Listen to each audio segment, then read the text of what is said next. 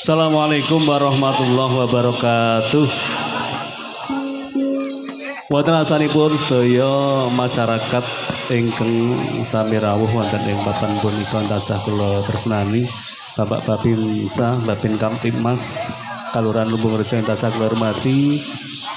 Wonten ing kaludhangan siang punika nyuwun pamunten kula semula atur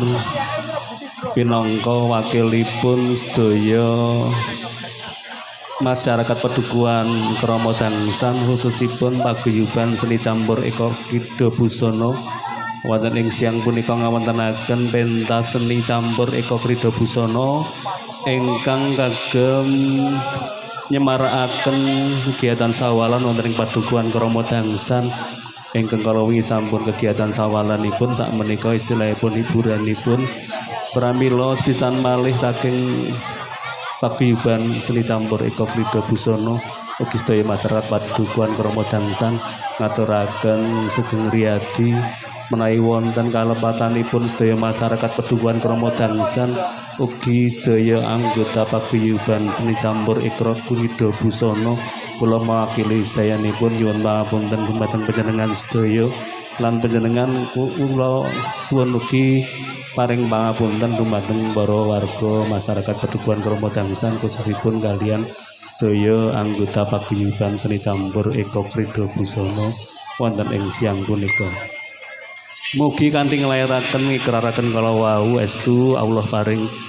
pangapunten dumateng kesalahan kula lan panjenengan sedaya ingkang kalian sami-sami kalian tong ketepalih lan sedaya kemawon ingkang rawuh wonten ing siang punika.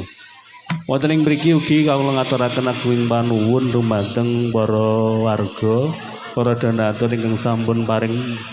dana beya satemah siang punika seni campur Eka Krida Busana waget pun tampilaken.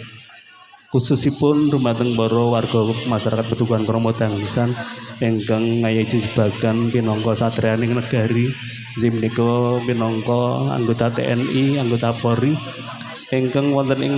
wilayah Krama Dangsan ingkang sampun paring pambiyantu paring dananipun kagem biaya utawi kagem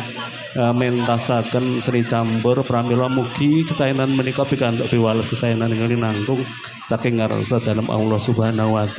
wa taala lan tundhanipun mangke waget lestantun kesenian tradisional ingkang sampun lumampah sae lumampah dangu wonten ing Padukuhan Krama Dangsan inggih menika seni campur Eka Krida Busana. Bu bilih mekaten atur kula pisan malih ngaturaken sugeng riyadi selamat Hari Raya Idul Fitri